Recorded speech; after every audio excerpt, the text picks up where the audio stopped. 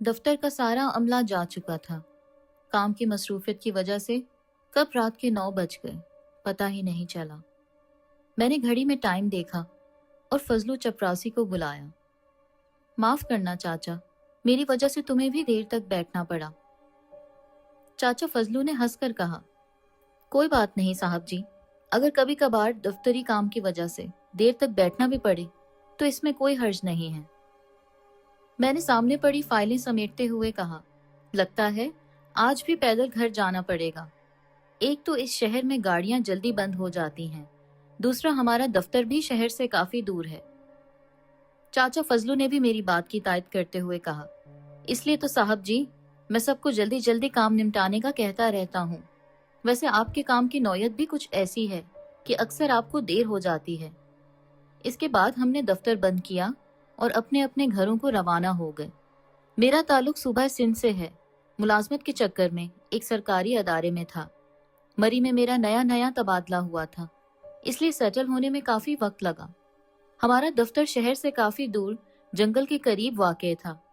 میرے علاوہ دفتر کے دیگر سبھی لوگ مقامی تھے جو شام کو اپنے اپنے گھروں کو روانہ ہو جاتے تھے، جبکہ میں نے بھی شہر سے تھوڑے فاصلے پر ایک کالونی میں کرائے کا مکان لے رکھا تھا، جہاں میرے علاوہ توفیق اور عدنان بھی میرے روم میٹ تھے۔ ہم تینوں پردیسی تھے لیکن آپس میں بہت پیار اور محبت سے رہتے تھے۔ میرے دونوں روم میٹ بھی ملازمت کرتے تھے لیکن وہ جلدی دفتروں سے واپس آ جاتے تھے۔ ان دونوں کے دفتر شہر میں واقع تھے جبکہ میرا دفتر شہر سے کافی دور تھا، اس لیے میں صبح سویرے نماز فجر سے فارغ ہو کر دفتر کے لیے نکلتا تھا۔ یہ ان دنوں کی بات ہے جب موبائل فون اتنا عام نہیں ہوا تھا۔ میں شہر سے ایک بس پکڑتا تھا اور شہر سے دور ایک سٹاپ پر اترتا تھا۔ یہاں میں بتاتا چلوں کہ ان دنوں مری میں اتنی سڑکیں نہیں تھیں جتنی آج ہیں، بس ایک مرکزی روڈ جو مال روڈ سے ہوتا ہوا شہر کے گرد و نواح تک پھیلا ہوا تھا۔ میں اس سٹاپ پر اتر کر پیدل دفتر جاتا تھا جس کا فاصلہ تقریباً 5 کلومیٹر تھا۔ راستے میں اونچی نیچی پہاڑیوں پر گھنا جنگل تھا اور کچی پکی پگڈنڈیوں سے ہوتے ہوئے ہم لوگ دفتر پہنچتے تھے۔ ہمارے دفتر کی ٹائمنگ صبح 8 بجے سے شام 5 بجے تک تھی۔ جنگل کافی گھنا اور خطرناک تھا۔ ویسے تو مری کے جنگلوں میں گیدڑ، بندر، جنگلی بلیاں اور خرگوش وغیرہ جیسے چھوٹی جنگلی جانور پائے جاتے۔ میرے روم میٹ توفیق اور عدنان ہر وقت ہارر موویز دیکھتے رہتے تھے، وہ ڈراونے ناول بھی پڑھتے رہتے تھے، جبکہ مجھے ان چیزوں سے سخت چڑ تھی۔ آج ہفتے کا دن تھا اور ہم تینوں شام کو فارغ بیٹھے ہوئے تھے تو عدنان نے کہا، دوستوں کیوں نہ کل گھومنے کا پروگرام بنایا جائے، ویسے بھی کافی دن ہو گئے ہیں کہیں گھومنے نہیں گئے۔ عدنان کی تجویز پر توفیق بھی بول پڑا، کیا اچھا آئیڈیا ہے، ویسے بھی کل چھٹی ہے۔ وہ دونوں میری طرف دیکھنے لگے تو میں نے بھی ان سے کہہ دیا کہ ایک شرط پر میری منظوری مل سکتی ہے۔ وہ دونوں یک زبان ہو کر بولے، بھائی اب کون سی شرط؟ میں نے کہا، شرط یہ ہے کہ آج آپ لوگ ڈراؤنی مووی نہیں دیکھو گے اور مجھے خبریں دیکھنے دو گے۔ کیا؟ ان دونوں کا منہ کھلا کا کھلا رہ گیا۔ آخر انہوں نے ہار مان لی اور اس طرح ہم تینوں آپس میں مذاق کرنے لگے۔ ان دنوں صرف بڑے شہروں میں کیبل ہوا کرتا تھا جبکہ چینلز کی تعداد بھی محدود ہوتی تھی۔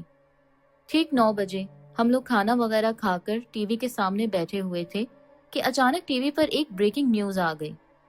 آج صبح مری کے جنگلوں میں ایک شخص کی لاش ملی ہے جسے کسی درندے نے بڑی بے دردی سے مارا ہے، پر تعجب کی بات یہ ہے کہ ڈاکٹرز بتا رہے ہیں کہ اسے کسی جنگلی جانور نے نہیں بلکہ کسی اور مخلوق نے مارا ہے، کیونکہ پوسٹ مارٹم کے مطابق وہ زخم کسی جنگلی جانور کے نہیں ہو سکتے۔ مزید پولیس تحقیقات کر رہی ہے۔ خبر سنتے ہی ہم لوگ سکتے میں آ گئے، یار ہو نہ ہو یہ کسی جن یا آسیب کی کارستانی ہوگی۔ توفیق کی بات پر میں نے تبصرہ کرتے ہوئے کہا، یار اسی لیے تو کہتا ہوں کہ ڈراؤنی فلمیں مت دیکھا کرو، کسی جن یا چڑیل نے نہیں بلکہ میرے خیال میں اسے کسی انسان نے دشمنی کی بنا پر قتل کیا ہوگا جسے میڈیا بڑھا چڑھا کر پیش کر رہا ہے۔ توفیق نے بھی فوراً جوابی وار کیا، یار تم کس قسم کے آدمی ہو؟ جنوں کے بارے میں تو قرآن پاک میں سورہ جن موجود ہے، بھلا اس سے زیادہ آپ کو اور کیا ثبوت چاہیے؟ توفیق تھوڑا جذباتی ہو رہا تھا۔ میں نے بڑے پیار سے کہا، دوستوں قرآن پاک پر میرا پورا ایمان ہے اور میں مانتا ہوں کہ جن بھی اللہ تعالیٰ کی مخلوق ہے، مگر اس میں ڈرنے کی کیا بات ہے؟ ان کی اپنی الگ دنیا ہے اور ہماری الگ۔ میری بات سن کر دونوں خاموش ہو گئے اور پھر ہم کسی اور موضوع پر بات کرنے لگے۔ صبح کے اخبارات میں بھی رات والی سٹوری چھپی تھی۔ خیر، وہ دن ہم نے خوب سیر سپاٹے میں گزارا۔ اگلے دن صبح کو حسب معمول میں دفتر کے لیے نکلا۔ آج پھر مجھے دفتر میں کام کرتے ہوئے کافی دیر ہو گئی تھی۔ صاحب جی، آپ کو ڈر نہیں لگتا؟ میں نے فائلوں پر سے منہ اوپر کرتے ہوئے حیرت سے کہا۔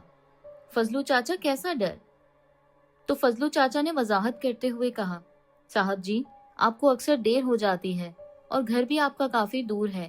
میرا مطلب یہ ہے کہ جنگل کے بیچوں بیچ رات میں اکیلے پیدل گھر جاتے ہوئے آپ کو ڈر نہیں لگتا؟ چاچا، کھل کر بات کرو، یہ پہیلیاں کیوں بجھا رہے ہو؟ اور مجھے کس چیز سے ڈر لگے گا؟ میرے سوال پر وہ گویا ہوئے۔ وہ صاحب جی، میں نے کافی لوگوں سے سنا ہے کہ اس جنگل میں ایک خوفناک بدرو کا بسیرا ہے، اور کافی لوگوں سے اس کی باتیں بھی سنی ہیں، بلکہ کچھ گاؤں والوں نے تو اسے اپنی آنکھوں سے دیکھا بھی ہے۔ میں تو بس آپ کو خبردار کرنا چاہ رہا تھا کہ آپ بڑے محتاط انداز میں گھر جایا کریں۔ ارے چاچا، آپ بھی نہ، میں نے ہنستے ہوئے بات ٹال دی کہ یہ سب فرضی قصے ہیں اور ان کا حقیقت سے کوئی تعلق نہیں ہے، لہٰذا آپ میری فکر نہ کریں۔ آج خلاف معمول مجھے جنگل سے گزرتے ہوئے عجیب محسوس ہو رہا تھا۔ جھاڑیوں میں سے اچانک کوئی جنگلی جانور یا بندر نمودار ہو جاتا تھا تو میں سہم جاتا۔ لگتا ہے مجھ پر بھی فضلو چاچا کی باتوں کا اثر ہو گیا ہے۔ میں نے اپنے آپ کو دلاسا دیا اور شہر کی مرکزی سڑک پر پہنچ گیا، جو کہ اب بالکل سنسان پڑی تھی۔ چلتے چلتے آخر کار گھر پہنچ گیا۔ پہلے تو سب ٹھیک چل رہا تھا، لیکن جب سے چاچا فضلو نے اس بدرو کی بات سنائی تھی، اس دن سے دل میں ایک انجانا سا خوف بیٹھ گیا تھا۔ میں روز فضلو چاچا سے نئے نئے سوال پوچھا کرتا۔ چاچا، وہ بدرو اگر واقعی اس جنگل میں موجود ہے تو آپ کو ابھی تک دکھائی کیوں نہیں دی؟ آپ کو بدرو کے بارے میں کس نے بتایا؟ اور آپ بھی تو اکثر رات گئے گھر جاتے ہو، تو کیا آپ کو بھی ڈر نہیں لگتا؟ میرے اتنے سارے سوالوں پر وہ ہنس کر کہتے، صاحب جی، میں ٹھہرا ایک بوڑھا غریب چپراسی، اگر ڈر کے مارے گھر بیٹھ جاؤں تو میری بیوی بچوں کا پیٹ کون پالے گا؟ یہ سچ ہے کہ میں نے تو اسے نہیں دیکھا، پر میں اپنے تجربے کی بنا پر اس کی موجودگی کو محسوس کر سکتا ہوں۔ اب میں بھی احتیاط کرنے لگا تھا۔ واپسی پر ٹارچ اور ڈنڈا اپنے ساتھ ضرور رکھتا تھا، جبکہ مغرب سے پہلے پہلے اپنا کام ختم کرنے کی کوشش کرتا تھا تاکہ راستے میں رات نہ پڑ جائے۔ ایک دن دفتر میں زیادہ کام آ گیا اور مجھے کام کرتے ہوئے رات ہو گئی۔ جب میں نے اپنی گھڑی کی طرف دیکھا تو رات کے 10 بج چکے تھے۔ میرے دفتر کا سارا عملہ جا چکا تھا اور آج تو فضلو چاچا کو بھی چھٹی دے رکھی تھی۔ میں نے اپنا کام مکمل کیا اور اپنی ٹارچ اور ڈنڈا لے کر دفتر بند کر دیا۔ جنوری کا مہینہ تھا اور برف باری کی وجہ سے سردی میں بھی خاصا اضافہ ہو گیا تھا۔ میں نے کوٹ کے ساتھ ساتھ گرم چادر اوڑھ رکھی تھی۔ آج جنگلی جانوروں اور پرندوں کا شور معمول سے کچھ زیادہ ہی تھا۔ دور شاخ پر بیٹھے الو کی آواز کسی انجانے خطرے کی نشاندہی کر رہی تھی، جبکہ گیدڑ کے چلانے کی آواز نے جنگل کی فضا کو اور بھی خوفناک بنا دیا تھا۔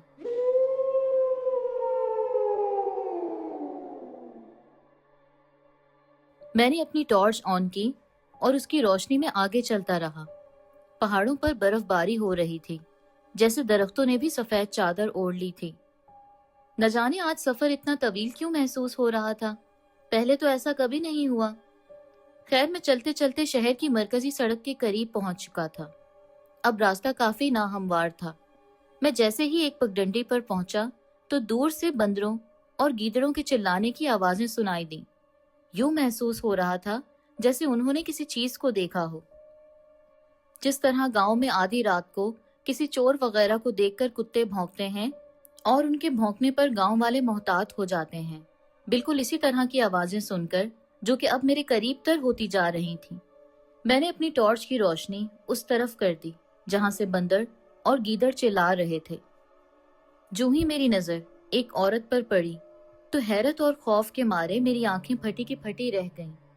ڈر کے مارے میرے رونگٹے کھڑے ہو گئے اور ایک درمیانی قد کی عورت تھی جو سرخ لباس پہنے میری طرف بڑھ رہی تھی۔ اس کے بال بکھرے ہوئے تھے اس کی آنکھوں میں جیسے انگارے دہک رہے تھے۔ وہ بغیر آنکھیں جھپکائے میری طرف بڑھ رہی تھی۔ اس کے ہاتھوں کے ناخن نوکیلے تھے۔ اب گیدڑوں اور بندروں کی آوازیں آنا بند ہو گئیں۔ میں دبے پاؤں سائڈ مارتا گیا اور ایک درخت کی اوٹ لے کر کھڑا ہو گیا۔ میری حالت قابل رحم ہو گئی تھی۔ ایسی برفیلی سردی میں بھی میرے پورے جسم سے پسینہ پھوٹ رہا تھا، لیکن میں نے ہمت نہیں ہاری۔ میں آیت الکرسی کا ورد کرتا رہا اور سوچنے لگا کہ ایسی صورتحال میں کیا کیا جائے۔ میں نے بچپن میں اپنی دادی سے سنا تھا کہ اگر کبھی کسی شیطانی مخلوق سے سامنا ہو جائے تو اس کا مقابلہ کرنے کے بجائے اس کو راستہ دے دینا چاہیے۔ اس طرح وہ شیطانی مخلوق آپ کا کچھ نہیں بگاڑ سکتی۔ مجھے فضلو چاچا بھی بڑی شدت سے یاد آ رہے تھے۔ کاش میں نے ان کی بات مان لی ہوتی۔ میں اپنے آپ کو کوس رہا تھا۔ خیر، میں قرآنی آیات کا ورد کرتا رہا، جس سے مجھے کافی حوصلہ ملا۔ بالآخر وہ خوفناک بدرو میرے سامنے آ کر رک گئی۔ اس نے ادھر ادھر دیکھا۔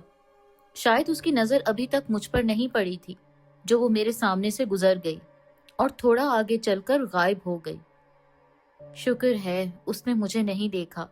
میں نے اللہ کا شکر ادا کیا اور گرتے پڑتے اس سحر انگیز ماحول سے باہر نکل آیا۔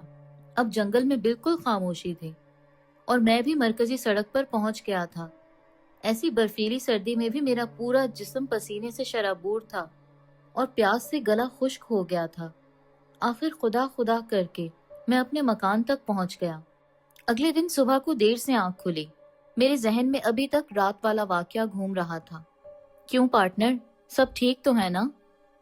توفیق کے سوال پر میں واپس خیالی دنیا سے حقیقی دنیا میں آیا۔ یار، دراصل رات کو کافی دیر ہو گئی تھی، سو میں نے مناسب نہیں سمجھا کہ آپ لوگوں کو جگاؤں۔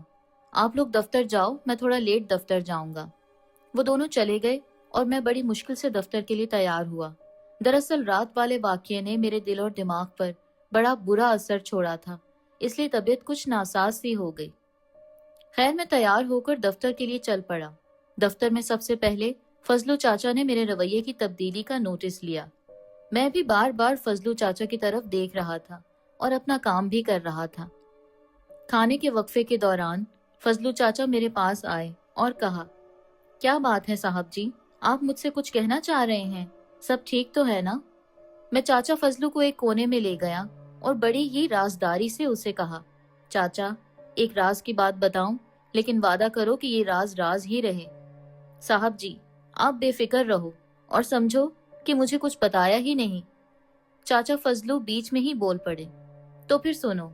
جانتے ہو کل رات میرا سامنا کس سے ہوا تھا؟ کس سے؟ چاچا فضلو کا تجسس بڑھتا جا رہا تھا۔ کل رات میرا سامنا اسی چڑیل سے ہوا تھا جس کے متعلق آپ نے مجھے خبردار کیا تھا، اور میں ہنسی مذاق میں بات ٹال دیتا تھا۔ کیا؟ فضلو چاچا کا منہ کھلے کا کھلا رہ گیا۔ شش چاچا، آہستہ بولو، کہیں کوئی سن نہ لے۔ میں نہیں چاہتا کہ کوئی میرا مذاق بنائے، تم سمجھ رہے ہو نا؟ فضلو چاچا نے میرے کندھے پر ہاتھ رکھتے ہوئے دلاسا دیا۔ صاحب جی، آپ پریشان نہ ہوں، خدا سب ٹھیک کر دے گا۔ میں شام کو جلدی ہی گھر آ گیا تھا اور سوچ رہا تھا کہ اپنے روم میٹس کو اس خوفناک بدرو کا بتاؤں یا نہیں، کہیں وہ میرا مذاق تو نہیں اڑائیں گے۔ لیکن پھر سوچا کہ اتنا بڑا واقعہ ہو گیا ہے، اپنے دوستوں کو ضرور بتانا چاہیے۔ اور پھر باتوں ہی باتوں میں نے انہیں سارا واقعہ سنا ڈالا، جسے سن کر وہ لوگ مجھ سے بھی زیادہ ڈر گئے تھے۔ آپ کو تو اللہ نے نئی زندگی دی ہے، آپ کوئی صدقہ خیرات نکالو، اور ہم آپ کو تو پہلے ہی سمجھاتے تھے کہ رات کے وقت اکیلے جنگل سے نہ گزرا کرو، لیکن آپ کو تو جنوں بھوتوں کی باتیں مذاق لگتی تھیں۔ اب آپ کو پتہ چلا کہ ان کا ڈر کیسا ہوتا ہے۔ وقت تیزی کے ساتھ گزر رہا تھا، لیکن آئے دن ہمیں اخبارات اور ٹیلی ویژن کی ان خبروں نے خاصا پریشان کر رکھا تھا کہ آج بستی میں پھر کوئی بندہ اس شیطانی مخلوق کا شکار ہو گیا ہے۔ دیکھتے ہی دیکھتے پورے شہر میں خوف کے بادل منڈلانے لگے۔ ہر کسی کے زبان پر اس خوفناک بدرو کی خبریں تھیں۔ لوگوں نے تو راتوں میں اس طرف نکلنا بھی بند کر دیا تھا۔ اب تو گورنمنٹ بھی اس مسئلے کے حل کے لیے سنجیدگی سے سوچنے لگی تھی۔ ہم لوگ بھی خوف اور ڈر کے ایسے ماحول میں بزدلوں کی طرح جی رہے تھے، لیکن کسی میں بھی ہمت نہیں تھی کہ وہ بدرو کا سامنا کر سکے۔ کچھ عرصے بعد میرے گاؤں سے خط آیا کہ میرے والد صاحب کی طبیعت کچھ ناساز سی ہو گئی ہے، لہٰذا میں نے دفتر سے کچھ دنوں کی چھٹیاں لے لیں اور اگلے دن میرے دوست مجھے ریلوے اسٹیشن راولپنڈی چھوڑنے آئے۔ میں نے بھی سندھ کی ٹرین پکڑی۔ سندھ کا موسم کچھ گرم تھا۔ میرا گاؤں اندرون سندھ میں واقع تھا، جہاں ہرے بھرے کھیت، آموں کے باغات، کیلوں کی فصل اور کھجور کے درخت ہمارے گاؤں کی شان تھے۔ میں نے اپنے والد صاحب کا علاج شہر کے ایک اچھے ہسپتال سے کروایا۔ میں نے مری میں پیش آنے والے واقعات کا ذکر اپنے بیوی اور بچوں سے نہیں کیا، کیونکہ میں ان کو پریشان دیکھنا نہیں چاہتا تھا۔ ایک رات میں نے خواب میں دیکھا کہ میں اپنے دوستوں کے ساتھ مری کے جنگلات میں گھوم رہا ہوں۔ میرے دوست آگے چلے گئے اور میں پیچھے راستہ بھٹک گیا۔ پھر تو ان کو بڑی آوازیں دیں، لیکن بے سود۔ میں بھٹکتا ہوا ایک پگڈنڈی پر پہنچا تو دیکھا کہ ایک عورت کھڑی ہے، لیکن اس کا منہ دوسری طرف تھا۔ میں حیران رہ گیا کہ اس وقت یہ اکیلی عورت یہاں ویرانے میں کیوں کھڑی ہے۔ میں نے سوچا شاید میری طرح راستہ بھٹک گئی ہے۔ میں نے قریب جا کر اس کو آوازیں دیں، لیکن وہ اپنی جگہ ساکت رہی۔ آخر میں نے اس کے کندھے پر ہاتھ رکھتے ہوئے آواز دی تو اس نے مڑ کر جو میری طرف دیکھا تو اس کا خوفناک چہرہ دیکھ کر میرے وحشت کے مارے چیخ نکل گئی، اور اسی ڈر اور خوف کی کیفیت میں میری آنکھ کھل گئی اور میں نیند سے ہڑبڑا کر اٹھ بیٹھا۔ یا اللہ، خیر، کیا ہوا؟ سب ٹھیک تو ہے نا؟ میری بیوی بھی نیند سے بیدار ہو گئی تھی۔ کیا ہوا؟ میری بیوی بولی۔ کچھ نہیں، کوئی برا خواب دیکھا ہوگا آپ نے، سو جائیں، وہ بولی اور سو گئی۔ پر میں کافی دیر تک جاگتا رہا۔ اب تو خواب میں بھی اسی بدرو کا سامنا کرنا پڑ رہا تھا۔ اگلے دن صبح کو میری ملاقات شوکت سے ہوئی، جو میرا بچپن کا دوست تھا۔ میں نے اس بدرو کے بارے میں شوکت کو سب کچھ بتا دیا۔ تم نے تو مجھے بھی تشویش میں مبتلا کر دیا۔ وہ پریشان سا ہو گیا اور مجھے دلاسا دیتے ہوئے بولا، تم پریشان نہ ہو، ہم آج ہی گاؤں کے پیر بابا کے پاس چلتے ہیں۔ تمہیں یاد ہے کہ بچپن میں ماسی سکینہ پر جب کسی جن کا اثر ہو گیا تھا اور ڈاکٹروں نے بھی اسے جواب دے دیا تھا، تب پورے گاؤں کے سامنے پیر بابا نے کس طرح کلام الہی سے اس کا علاج کر کے جن کو بھگا دیا تھا، اور ماسی سکینہ بالکل ٹھیک ہو گئی تھی۔ گاؤں کے پیر بابا بہت نیک انسان ہیں۔ وہ اب بھی گاؤں کے غریب افراد کی خدمت کرتے رہتے ہیں، اور اگر کسی پر جن وغیرہ کا اثر ہو جاتا ہے تو پیر بابا مفت علاج کرتے ہیں۔ آؤ چلتے ہیں ان کے پاس۔ پھر ہم دونوں پیر بابا کے ڈیرے کی طرف روانہ ہو گئے۔ ہم لوگ بڑے مؤدبانہ انداز میں پیر بابا سے ملے۔ جب ان کے پاس لوگوں کا رش کم ہوا تو میں نے بدرو کے متعلق پورے واقعات بیان کیے، جسے سن کر وہ کافی دیر تک خاموش رہے۔ پیر بابا آنکھیں بند کیے کسی گہری سوچ میں ڈوبے ہوئے تھے۔ جوں جوں وقت گزر رہا تھا، ہمارے دلوں کی دھڑکن تیز ہوتی جا رہی تھی۔ آخرکار پیر بابا نے اپنی آنکھیں کھول لیں اور ہمیں اپنے اور قریب بلایا۔ ہم لوگ پیر بابا کے بالکل قریب دو زانوں ہو کر بیٹھ گئے۔ معاف کرنا بیٹا، میں مراقبے میں چلا گیا تھا، جس کی وجہ سے آپ کو زحمت اٹھانا پڑی۔ کوئی بات نہیں پیر بابا، امید ہے آپ نے میرے مسئلے کا اچھا حل سوچا ہوگا۔ پھر پیر بابا بولے، بیٹا، اللہ تعالیٰ پر بھروسہ کرو، وہ سب ٹھیک کر دے گا۔ میرے علم کے مطابق وہ شیطانی مخلوق آپ کو نقصان پہنچانے کی کوشش میں مصروف ہے، لیکن آپ نے اچھا کیا کہ چھٹی لے کر میرے پاس آ گئے۔ جیسا کہ آپ نے بتایا کہ وہ بدرو بے گناہ انسانوں کا خون بہا رہی ہے اور پورا شہر ڈر اور خوف کی کیفیت میں مبتلا ہے، تو بیٹا میری بات دھیان سے سنو۔ ہمیں صرف اور صرف اللہ پاک کی ذات سے ڈرنا چاہیے، اس کی مخلوق سے نہیں، کیونکہ ساری مخلوقات اس کی محتاج ہیں۔ ہمیں اپنے سارے مسائل کا حل اللہ تعالیٰ کی پاک کتاب قرآن مجید میں تلاش کرنے چاہیے۔ آپ لوگ میری بات سمجھ رہے ہیں نا؟ ہم دونوں نے یک زبان ہو کر کہا، جی پیر بابا، ہمیں آپ کی بات سمجھ میں آ رہی ہے۔ وہ تھوڑی دیر خاموش رہے، پھر ایک تعویذ لکھ کر مجھے دیتے ہوئے کہا، بیٹا، یہ تعویذ اپنے دائیں بازو پر ہر وقت باندھے رکھنا۔ انشاءاللہ اس تعویذ کی برکت سے کوئی بھی شیطانی مخلوق، جن، بھوت یا چڑیل آپ کے نزدیک نہیں آ سکتی۔ میں نے وہ تعویذ لے کر اپنے پاس رکھا تو پیر بابا نے پاس پڑے ہوئے ایک صندوقچے میں سے ایک پرانا خنجر نکالا اور مجھے دیتے ہوئے کہا، یہ خنجر بھی ہر وقت اپنے پاس رکھنا۔ یہ کوئی معمولی خنجر نہیں ہے، یہ ہمارا آبائی خنجر ہے۔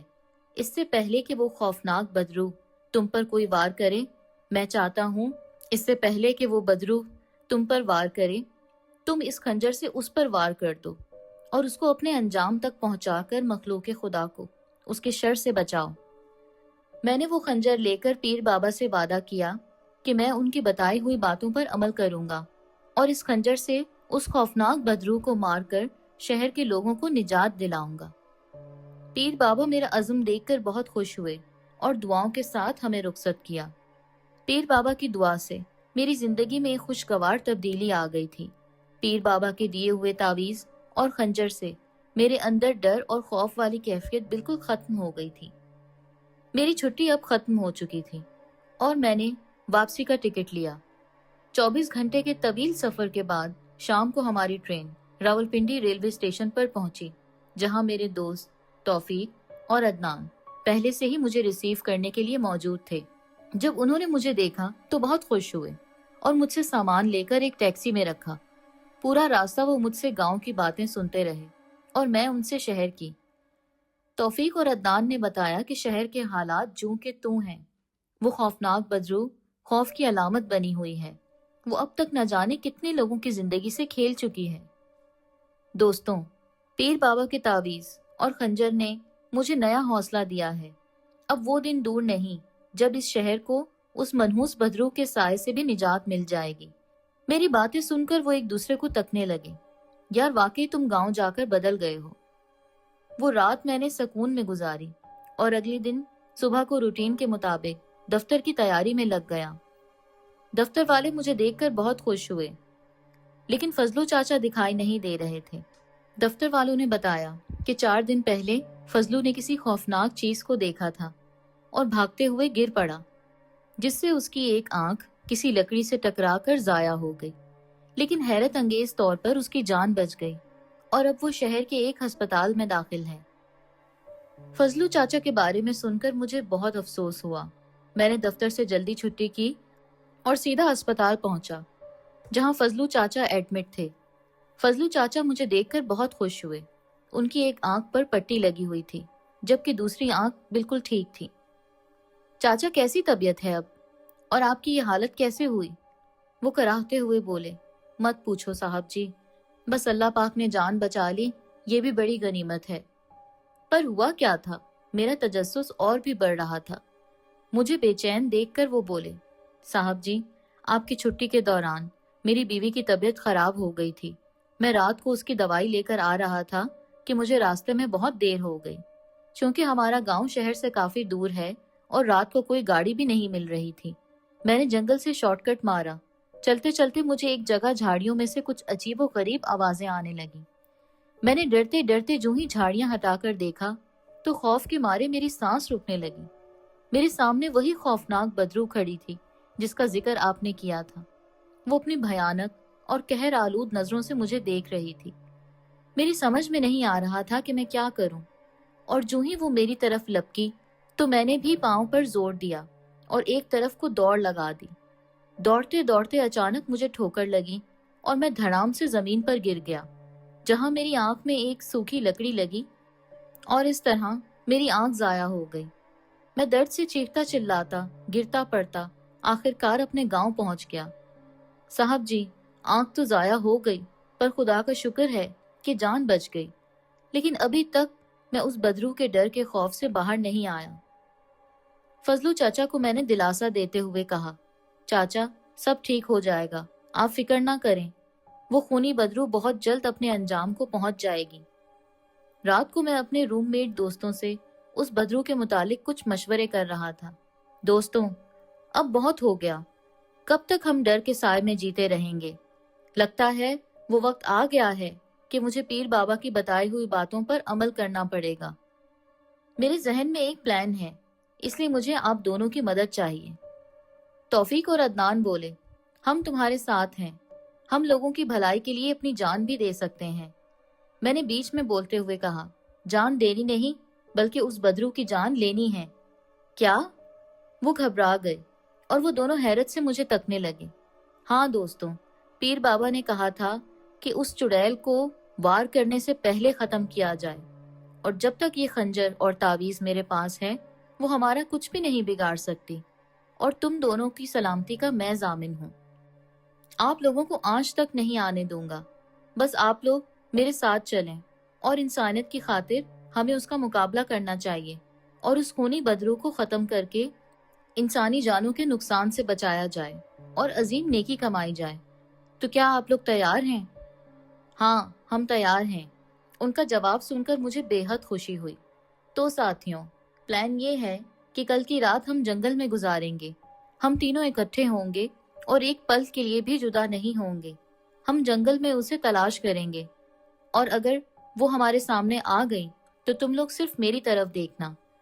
میں اس خنجر سے اس پر وار کر کے ختم کر دوں گا، انشاءاللہ۔ اور ہاں، ایک اہم بات کرتا چلوں، آپ لوگوں نے ڈرنا نہیں ہے۔ میرے پلان پر انہوں نے بھی حامی بھر لی۔ دوسرے دن ہم لوگ دفتر گئے اور شام کو واپس آ گئے تھے۔ ہم لوگ اپنے پلان کو سر انجام دینے کے لیے تیاری کرنے لگے۔ میرے دوستوں کے پاس ان کے لائسنس والے پسٹل بھی تھے، جو احتیاطاً انہوں نے لوڈ کر کے اپنے ساتھ رکھ لیے۔ میرے پاس پیر بابا کا دیا ہوا تعویذ اور خنجر تھا۔ اس کے علاوہ ہمارے پاس ٹارچ، ڈنڈے اور آگ جلانے کے لیے لائٹر اور تھوڑا کھانے پینے کا سامان بھی تھا۔ اب ہم لوگ بڑی بے چینی سے رات ہونے کا انتظار کرنے لگے۔ ٹھیک رات 8 بجے ہم لوگوں نے اللہ کا نام لیا اور اپنی مہم پر نکل پڑے۔ موسم کافی سرد تھا اور آسمان پر گہرے بادل چھائے ہوئے تھے۔ ہم لوگ شہر سے کافی دور گھنے جنگل میں نکل آئے تھے۔ پیدل چلتے چلتے تھک گئے تھے، اس لیے کچھ دیر سستانے کے لیے بیٹھ گئے۔ ہم نے اپنے ساتھ لائے کھانے میں سے کچھ کھانا کھایا اور پانی پی کر آپس میں باتیں کرنے لگے۔ یار شکر ہے ہم 3 لوگ ساتھ ہیں، اکیلا آدمی تو اس بھیانک جنگل میں ویسے ہی مر جاتا۔ عدنان کی بات پر میں نے مسکرا کر کہا، ڈرنے کا نام نہیں لینا، باقی جو مرضی آئے کہو۔ وہ دونوں بھی مسکرانے لگے۔ بادلوں کی وجہ سے رات کافی تاریک تھی۔ میں نے گھڑی میں ٹائم دیکھا، رات کے 12 بج چکے تھے۔ ویسے تو جنگل میں کافی خاموشی تھی، لیکن کبھی کبھار الو کے چلانے اور گیدڑ کے مخصوص آواز نکالنے سے پورا جنگل بھیانک محسوس ہو رہا تھا۔ لیکن ہم ایک نیک مقصد کے لیے نکلے تھے، سو ڈر ہم سے کوسوں دور تھا۔ اب دوبارہ ہم اپنے شکار کے لیے جنگل میں ایک ساتھ آگے ہی آگے چلنے لگے۔ ہم تینوں ایک ایک قدم پھونک پھونک کر آگے بڑھ رہے تھے کہ اچانک دور جھاڑیوں میں جنگلی جانوروں کے چلانے کی آوازیں آنے لگیں۔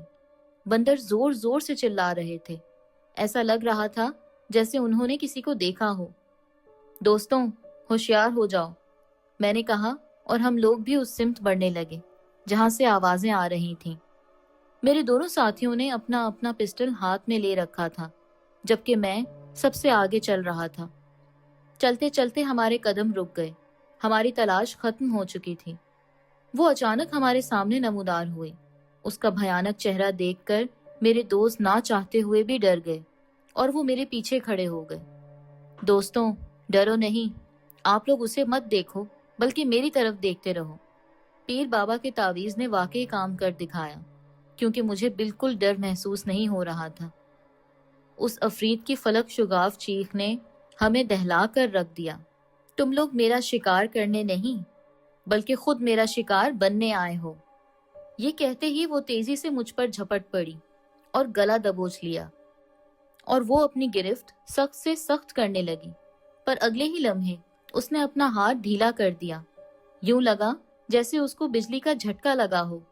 میں سمجھ گیا کہ یہ سب پیر بابا کے تعویذ اور خنجر کی برکت سے ہوا ہے، اور اس سے پہلے کہ وہ میرے دوستوں پر وار کرے، میں نے خنجر نکالا اور بڑی تیزی سے خنجر کو اس کے سینے میں پیوست کر ڈالا۔ پھر تو پورا جنگل اس کی گراہٹ اور فلک شگاف چیخوں سے گونج اٹھا۔ وہ زمین پر گر گئی اور دیکھتے ہی دیکھتے اس میں آگ لگ گئی، اور کچھ ہی دیر میں وہ جل کر خاک ہو گئی۔ حیرت انگیز طور پر وہ خنجر محفوظ رہا، جسے اٹھا کر میں نے اپنے پاس رکھا۔ میرے دوست اب خوف اور حیرت کی کیفیت سے باہر آ چکے تھے۔ ہم لوگ اپنی مہم میں کامیاب ہو چکے تھے۔ اگلے دن بدرو کے مرنے کی خبر شہر میں جنگل کی آگ کی طرح پھیل گئی۔ لوگوں نے خدا کا شکر ادا کیا اور کافی عرصے تک ہم تینوں دوستوں کے چرچے ہوتے رہے۔ اب شہر کی رونق دوبارہ واپس آ چکی تھی اور لوگ راتوں کو بھی گھومتے پھرتے نظر آنے لگے تھے۔